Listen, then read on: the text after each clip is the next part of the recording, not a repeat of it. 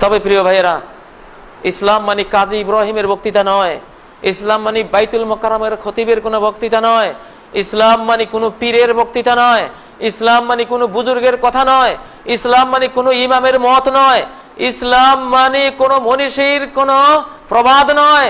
ইসলাম মানে ক্বাল আল্লাহু ক্বাল রাসূলুহু, আল্লাহ বলেছেন, রাসূল বলেছেন, এই দুটি কথার নাম ইসলাম। এটাই ইসলাম।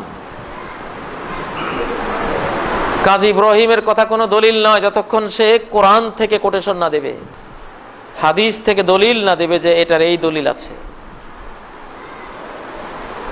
এখানে 1 শতক জমিন কিনতে আপনারা 25 থেকে 50 বছরের দলিল ঘাটাঘাটি করেন। 1 শতক জমিনের মূল্য না হয় 10 লক্ষ টাকাই হবে, না হয় 20 লক্ষ টাকাই হবে। 10-20 লক্ষ টাকার একখানি জমিন নিতে 25 থেকে 50 বছরের দলিল খোঁজেন, এর কবলা আছে কিনা দেখতে হবে, পাতায় পাতায় উল্টিয়ে উল্টিয়ে আবার পড়েও দেখতে হবে, রিরাইটিং আছে কিনা, কলমের খোঁচা 2 বার পড়েছে কিনা, এটা আবার কেন, বিশেষজ্ঞ রিপোর্ট লাগবে, দলিল ঠিক কিনা, সিএস রেকর্ড আছে কিনা। রেকর্ড না থাকলে এই জমি কিনা যাবে না, কারণ এটা তার কিনা প্রমাণ হয়নি। আরএস রেকর্ডও লাগবে, আরএস রেকর্ড ছাড়া জমিন কিনা যাবে না, কারণ এই মালিকের কিনা প্রমাণ হচ্ছে না, আদৌ এই জমিন তার আছে কিনা আমি বিশ্বাস করলাম না। খাজনার পর্চা আছে কিনা, রসিদ আছে কিনা, ডাড্ডা খতিয়ান আছে কিনা, কত দলিল, কত ডকুমেন্টস, কত এভিডেন্স 1 শতক জমিনের জন্য আপনারা খোঁজেন। বাঙালিরা কি চালাক, রিকশাওয়ালা শুদ্ধ এত চালাক, বাইতুল মোকাররমের খতিব কাজী ইব্রাহিম সাহেবেরও এত জ্ঞান নাই, একটা রিকশাওয়ালারও যত জ্ঞান 1 শতক জমি কেনার জন্য গেলে। কি চালাক, এই লোকটাই বেকুব হয়ে যায়, ননসেন্স হয়ে যায়, জ্ঞান শূন্য হয়ে যায় ইসলামের কথা বলতে গেলে। কোনো দলিল খোঁজে না, কোনো প্রমাণ চায় না। হুজুর বলেছেন, বুজুর্গ বলেছেন। মোল্লা জীবনকে একজন বললেন, হুজুর আপনার তো স্ত্রী বিধবা হয়ে গেছে। হুজুর ওখান থেকে কাঁদতে কাঁদতে নিজের বাড়ি পর্যন্ত আসলেন, অফিস থেকে বুক ভাসিয়ে একেবারে মাটি পর্যন্ত ভিজিয়ে ফেললেন। বাড়িতে এসে স্ত্রীকে দেখে বললেন হাউমাউ করে কাঁদতে কাঁদতে, আহা এই অল্প বয়সে কি করে বিধবা হয়ে গেলা, কিভাবে তুমি বিধবা হলা? স্ত্রী বলে, কি পাগল নাকি তুমি, তুমি বেঁচে থাকতে আমি বিধবা হলাম কি করে? তখন মোল্লা জীবন বলেন, ঠিকই তো বলছো, আমি তো একটু চিন্তাও করলাম না যে লোকটা কি বললো, স্বামী বেঁচে থাকতে স্ত্রী বিধবা হয় কি করে? কয় যে এটা তো একজন মুসলমানে বলেছে, আমি মনে করেছিলাম দাড়িওয়ালা টুপিওয়ালা পাগড়িওয়ালা মুসলমান, উনি কি আর মিথ্যা কথা বলবেন, আমি তো দলিল পত্র খুঁজি নেই। এই হলো অবস্থা বাংলাদেশের মুসলমান। হুজুর বলেছে আর যায় কোথায়, পীর সাহেব বলেছে আর যায় কোথায়, এটা যেন কোরআনের বাণী না।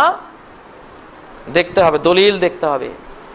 আপনি 1 শতক জমির জন্য এত বছরের দলিল খোঁজেন, আপনি যদি সর্বনিম্ন জান্নাতি হন, সবার পরে জান্নাতি যান, আপনি পাবেন এই পৃথিবীর মতো 10 পৃথিবী, 10টা পৃথিবীর বিশাল সাম্রাজ্য, বিশাল ভূমি আপনি পেয়ে যাবেন দলিল ছাড়া, প্রমাণ ছাড়া। এত বড় সম্পদ, মহা সাম্রাজ্য কিনে নেবেন, দলিল লাগবে না? প্রত্যেকটা মাসালা দলিল লাগবে, প্রমাণ লাগবে। দলিল প্রমাণ ছাড়া কোনটা আমরা নেব না। বাংলাদেশে ইসলাম এসেছে 1300 বছর আগে, কিন্তু দলিল এসেছে, বুখারী এসেছে মাত্র 400 বছর আগে। মুসলিম, তিরমিজি, নাসাই, আবু দাউদ, ইবনে মাজাহ হাদিসের ভান্ডারগুলি এসেছে মাত্র 400 বছর আগে। 1300 বছর থেকে 400 বছর বাদ দিলে আর কত থাকে? 900 বছর। 900 বছর আমরা ইসলাম পালন করেছি কি দিয়ে? মকসুদুল মুমিনিন, রাহে নাজাত, পান্দেনামা, পীর সাহেব বলেছে, মুন্সি সাহেব বলেছে, অমুক ভাইয়ের দরজার মোল্লাই বলেছে, এইভাবে ইসলামকে ফলো করেছি। সর্বপ্রথম শাহ ওলিউল্লাহ রহমতুল্লাহ আলাই উপমহাদেশে এই হাদিসের ভান্ডার নিয়ে আসে। ভান্ডার নিয়ে আসার পরে এখন জরিপ করে দেখি ভুল আর ভুল আর ভুল, যেখানে হাদিস সেখানেই ভুল। কারণ দলিল ছাড়া কারো দলিল ছাড়া জমিন যখন ভোগ করা শুরু হয়, দেখা যায় আপনার জমিন আমি 4 শতক খেয়ে ফেলছি, আবার উনি আপনার জমিন 3 শতক নিয়ে গেছে। কারো আইল ঠিক নেই, কেউ 10 হাত গিয়েছে, কেউ 3 হাত, কেউ 5 হাত, কেউ 6 হাত, কারো আইল সীমানা ঠিক নেই। তখন কি করতে হয়? জরিপ চালাতে হয়। এই বাংলার বুকে সব বড় বড় আলেম, খতিবে আজম, ইমামে আজম, মুফতি আজম, আল্লামায়ে দাহার, বড় বড় আলেম সবাই আমরা পড়েছি আলিফ বে তে সে। আমিও পড়েছি আলিফ বে তে সে। আমার ওস্তাদ আমাকে বে তে সে পড়িয়েছেন, রে জে হে খে। সবাই লক্ষ লক্ষ আলেম, সবাই। কেউ একদিনও জিজ্ঞাসা করলো না এত বড় ভুল কিভাবে পড়ছি। কোরআন আঙ্গুল দিয়ে দেখিয়ে দিচ্ছে। কোরআনের 14 নম্বর সূরা ইব্রাহিম, আলিফ লাম র। যে হুজুর মক্তবের শিক্ষক, তিনি ফজরের জামাতে পড়ালেন আলিফ লাম র, র পড়ালেন। সেই হুজুরের কায়দায় সবক দিয়ে আমাকে পড়ালেন রে। কিরে বাবা, আপনি কোরআনই তো পড়লেন র, আর এখানে রে বললেন কেন? কোন দিকে যাব? কোরআন ভুল না আমি ভুল? আমি ভুল। কোরআনে যেটা বলেছে আলিফ লাম র, এটা রই হবে, রে হবে না। কোরআন বলেছে হামিম, হামিম। ইমাম সাহেব মসজিদে পড়িয়েছেন হামিম, হা, কিন্তু মক্তবে শিশুদেরকে, আমাদেরকে সবাইকে পড়িয়েছেন হে। তাহলে ভুল আছে কিনা আমাদের? অবশ্যই আছে। এখন কি কেউ হে পড়ে? কেউ কি রে পড়ে? কেউ খে পড়ে? কেউ পড়ে না। ভুল ধরা পড়েছে, সংশোধন করে নিয়েছে, আলহামদুলিল্লাহ। এইভাবে ভুল ধরা পড়বে, সংশোধন করে নিতে হবে। জাতীয় ডাক্তার ডাক্তার নুরুল ইসলাম সাহেব জাতীয় ডাক্তার হয়ে 1700 আইটেমের ঔষধ পরীক্ষা করে বলেছেন এগুলি বাতিল, এগুলি বিষ, এগুলো খাওয়া যাবে না। 1700 আইটেমের ঔষধ বাতিল করে দিয়েছেন। ঠিক আমাদের ধর্মকর্মে এত কুসংস্কার ঢুকে পড়ে আছে, শত শত আইটেম বাতিল করে দিলে আমাদের ইসলামিক স্বাস্থ্যটা সুন্দর হবে, ধর্মটা নির্ভেজাল হবে। কত মিলাদ ঢুকিয়ে রেখেছি, কত তরিকা ঢুকিয়ে রেখেছি, কত নকশেবন্দি, কত চিস্তি, কত কাদেরি, কত মুজাদ্দেদি, কত হারুনি, কত শিয়া, কত ওয়াহাবি, কত গরম সুন্নি, কত কি আমরা ঢুকিয়ে রেখেছি। আজীব তামাশা, ভেজাল আর ভেজাল আর ভেজাল। এই জন্য প্রিয় ভাইরা, ইসলামের নবজাগরণ সারা বিশ্বে শুরু হয়েছে। এখন খাঁটি ইসলাম আসবে কোরআন থেকে এবং সহি সুন্নাহ থেকে। অনেক কিছু চেঞ্জ হয়ে যাবে। কিছু পরিবর্তন দেখলে মনে করবেন না যে এটা কি করলো, হয়তো এটাই ঠিক ছিল, এটাই ঠিক আছে, কিন্তু আমাদের দেশে প্রচার পায়নি। আজ থেকে 50 বছর আগে গ্যাস নামে একটা পদার্থ আছে, আমরা কেউ জানতাম না। বাংলার জমিনের নিচে হাজার হাজার কোটি ডলারের গ্যাস পড়ে আছে, কোটি কোটি গাড়ি চলবে, স্বপ্নেও কেউ দেখি নেই। কিন্তু জিনিসটা ছিল, আছে। এখন তুলতে পেরেছি, আলহামদুলিল্লাহ, তুলেছি, ব্যবহারও করছি। এখন যদি গ্যাস দেখে কেউ বলে আমার বাপ চাচারা চলে গেছে গ্যাস ছাড়া, কখনো কোনোদিন গ্যাস দিয়ে গাড়ি চালাতে দেখি নেই। কোত্থেকে তুমি এটা নিয়ে আসছো? এটা আমি বিশ্বাস করি না, এটা বাদ দাও। আরে ভাই, গ্যাস ছিল তো, শত শত বছর থেকে এটা ছিল, আমরা আবিষ্কার করতে পারিনি।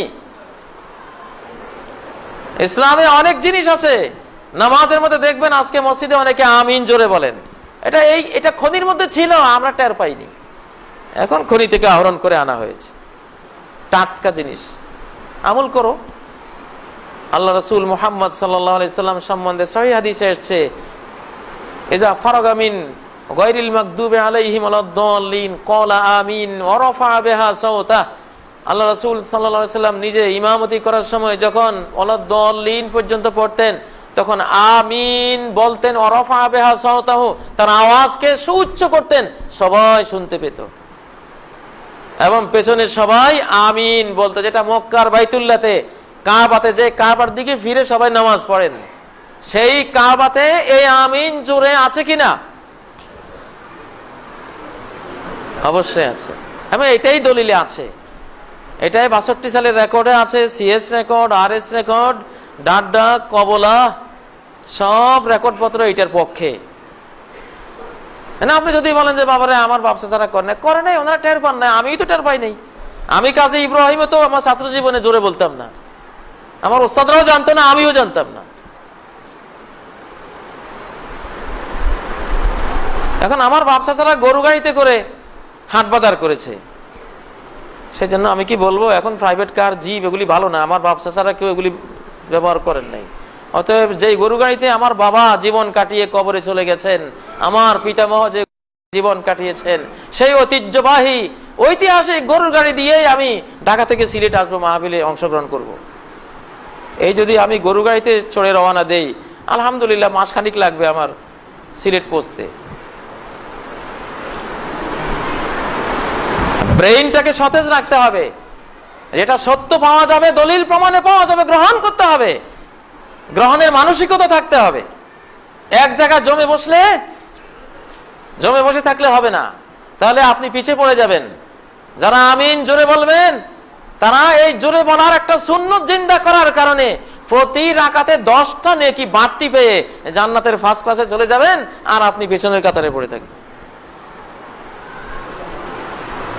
আল্লাহ নবী বলেন, মান আহাব্বা সুন্নতি ফাকাদ আহাব্বানি, আমার যে কোনো সুন্নত জানতে পেরে যে সুন্নতটাকে ভালোবাসলো, সে তো আমাকেই ভালোবাসলো।